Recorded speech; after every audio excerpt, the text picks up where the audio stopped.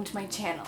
I did an easy run this morning and just finished getting cleaned up and now enjoying a nice protein shake. Today's video is all about how to recover and to feel mentally and physically prepared for your next hard run or workout. A recent favorite saying of mine is work hard, rest hard. It's also been said by one of my favorite athletes, Gwen Jorgensen, a former triathlete Olympian and now runs for the Bowerman Track Club. She says, make your easy days easy and your hard days hard. I never truly appreciated how important recovery was until I started marathon training. As the training gets more intense, the need for recovery becomes more intense too. In this video, I'm going to cover refueling, tools that I use, and routines for recovery that's helped me and will hopefully help you stay injury-free and ready to tackle your next hard run.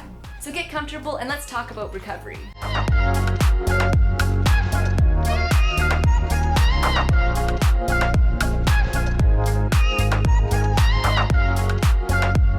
But why is recovery important in the first place? One definition of recovery is to return to a normal state of health, mind, and strength. With this definition in mind, we want to return our bodies to the normal state it was before our hard workout. Every time we run or do a hard workout, we create these microscopic tears in our muscle fibers. These tears are good because it's how our body adapts to training and becomes stronger and more fitter. However, the rebuilding process only happens when we take time off. The issue then becomes when we don't give it enough time to recover and repair. If we don't take enough recovery, we're more prone to get things like stress fractures, tendonitis, or just becoming burnout in general. If you're starting to dread your runs or just have a lack of motivation to get out of the door, you might just need to take a day off. Your body needs time to replenish the energy stores that you depleted during your exercise. Which brings me to one of my favorite topics, food. Eating the right combination of carbs and proteins will drastically improve how you recover. The goal of refueling and eating is to replenish our glycogen stores so we can perform on our next run. You will have to eat a lot more to replenish your energy stores if you ran over 90 minutes compared to a 3-kilometer run. You probably won't have to refuel much after a 3-kilometer run too. Now it's really important to eat no later than 30 minutes after a hard run. This is because after exercise, our body has a higher level of amino acids in its bloodstream, making it more receptive to nutrients and rebuilding its glycogen stores. Now the two main food groups you should eat are carbs and proteins. Carbs replenish our energy stores and proteins repairs our muscles. The way you want to structure your plate is having 3 to 4 grams of carbs to 1 gram of protein. A few examples of food that's good to eat after you run and that are higher in carbs is having a bagel with peanut butter or honey, cottage cheese with fruit, smoothies, which I love, pancakes, which I also love, sweet potatoes, and whole grain pasta or rice. I love the pancake recipe in the Run Fast, Cook Fast, Eat Slow cookbook, which I'll link below. Protein ideas you can have are eggs, chicken, turkey, salmon, or protein powder. When protein is combined with carbohydrates, we are able to replenish our glycogen stores with less discomfort. I also find having a little sugar or a treat like chocolate milk helps me feel better and not crash so much after. Along with refueling, you also need to hydrate. You want to continually be drinking water or electrolytes on your easy and recovery days. This prepares your body for your hard run, especially if it's going to be warm outside. Adding Noon tablets to your water is an easy way to replenish your electrolytes. Now I'm going to go over some tools that I use for recovery. There are so many different kinds of recovery tools, but these are the ones that I've been currently using. The foam roller. This is your best and worst friend. The foam roller was a game changer for me. When I started running again and training for my first half marathon, close to the race, I almost couldn't walk. As soon as I started foam rolling, it made a huge difference in how I felt. Now I'm going to do a separate video about foam rolling because there's so much to cover, but I wanted to explain why it's important for recovery. Don't forget to hit the subscribe button so you don't miss it on that video. Foam rolling is one of the main recovery tools that I use, so I highly recommend getting one. I'll put links for all the recovery tools that I use in the description below.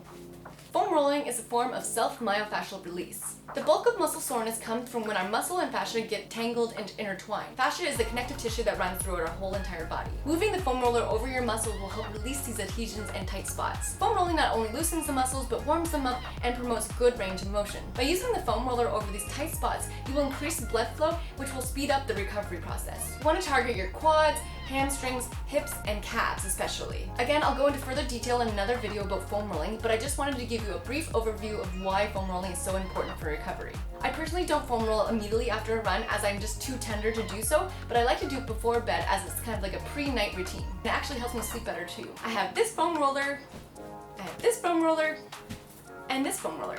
This is the R4 foam roller by Roll Recovery, and I love it. It's nice and grippy and has these bumps that's perfect to get in target areas. This is just the perfect all-around foam roller. It's not too hard, it's lightweight, and it's just a good foam roller to have too. This foam roller is compact and perfect for traveling. You can also use the ends to get into tight spots too. Other tools you can use for recovery is the lacrosse ball. It's also very portable and is perfect for targeting specific areas you want to release. This peanut ball may be a little funny shaped, but it's good for myofascial release too. The groove is perfect for targeting areas like my calves or even my hips. I use this hard, spiky ball for my feet. It's too hard to use anywhere else. It makes my feet feel so much better rolling them out after a hard run. We're on our feet so much for running, obviously, and it's a nice treat to kind of roll out your feet afterwards. Compression socks, or in this case, compression sleeves. Compression socks help with delayed onset muscle soreness. If you use them for recovery, you want to wear them as long as you ran for at least. They have a graduated compression, which means they're tighter at the bottom and looser at the top. This helps funnel the blood back up your leg into your heart so it can start the reoxidation process of your cells. It also helps prevent fluid buildup in your legs. It also makes them really hard to get on, but so worth it. There have been a lot of studies done about their benefits, and many of my friends wear them to run, but I just personally use them for recovery. I do want to get compression socks with the feet, as I think that will help even more with recovery. I briefly mentioned about ice baths in my video about tips for summer running, so check that out if you like, but I wanted to go more in detail in this video and why it's so beneficial for recovery. Really cold water restricts the blood vessels, which helps with inflammation. As well, it helps reduce. It also relieves pain by numbing the affected muscles and tissues. You want the water to be around 10 to 15 degrees Celsius. I'm not sure what that's in Fahrenheit, sorry. I usually have an ice bath after I've refueled and done a bit of cool down stretches. The cold water makes my legs feel so much better, especially after a hard run or after just a really hot, sweaty run. Another recovery routine is putting your legs up on the wall. Now, it may look funny to somebody else who doesn't know what you're doing, but it's actually really effective for recovery. It's helpful because it drains the fluids out of your legs and reduces swelling. It's also just a nice stretch for your calves, hamstrings, and your back. When you run, your leg muscles contract, causing the blood flow to return slower to the heart. Gravity helps speed up the circulation again, returning the blood to the heart and start the reoxidation process of your cells. Having my legs up on the wall just gives me a time to be quiet and still. Sleep. Wonderful sleep. It is agreed by most performance experts, coaches, and professional athletes that sleep makes up at least 70% of your recovery. This is combined with proper nutrition and hydration too. Hitting your REM cycle or deep sleep is important for recovery. When we hit deep sleep, the growth hormone, sometimes known as HGH, is released. This is an important part of the body's endocrine system. It is essential for muscle repair, muscle building, bone growth, and promoting the oxidation of fats. Cortisol, or the stress hormone, is also regulated in deep sleep. Cortisol directly impacts our body's ability to digest glucose. Since endurance is based on our body's ability to metabolize and synthesize glucose for later use, deep sleep or getting good sleep is super important for athletes. It is suggested that we get around 7 to 8 hours of sleep per night. After a long run, there's no better thing than having a nap, and it's also good for recovery. I know when I don't get enough sleep, I can feel it the next day, and I don't feel good on my run either. While it's important to take complete days off, you can also do active recovery too. Examples of active recovery is doing yoga, swimming, cycling, or going for a walk. My husband and I love going for a walk after supper, and it's just a nice way to stretch the legs and spend time together. Active recovery helps stimulate blood flow to your muscles and helps flush out any lingering toxins or lactic acid. It also helps with reducing muscle soreness. Recovery runs are good to do too. They're usually done between 24 to 48 hours after a hard run. One benefit of recovery runs, other than getting your legs moving,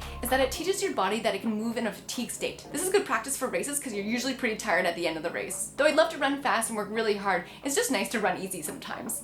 Recovering properly is vital in how we will perform in our next run. Recovery is not about just now, but also long term. If you want to continue running for years to come, you want to stay injury-free, and recovery will help you do that. The purpose of a recovery routine is to help your body start the healing process immediately. By taking easy or complete days off, you're helping your body restore and repair itself. Recovery days are also good to work on mobility. As I said before, the harder you work, the harder you need to recover. I would love to know your favorite way to recover in the comment section below. For me, the tools and routines that I've shared in this video have helped me stay injury-free and able to perform on my hard runs. Now, you don't have to use all of these tools and routines that I've mentioned in this video, but maybe incorporating a few of these in your week will help you perform and feel better on your next run. It really helps my channel when you click on the like button. As well, don't forget to hit the subscribe button and the bell icon so you get notified every time I upload a new video. Happy recovery, and I'll see you next time.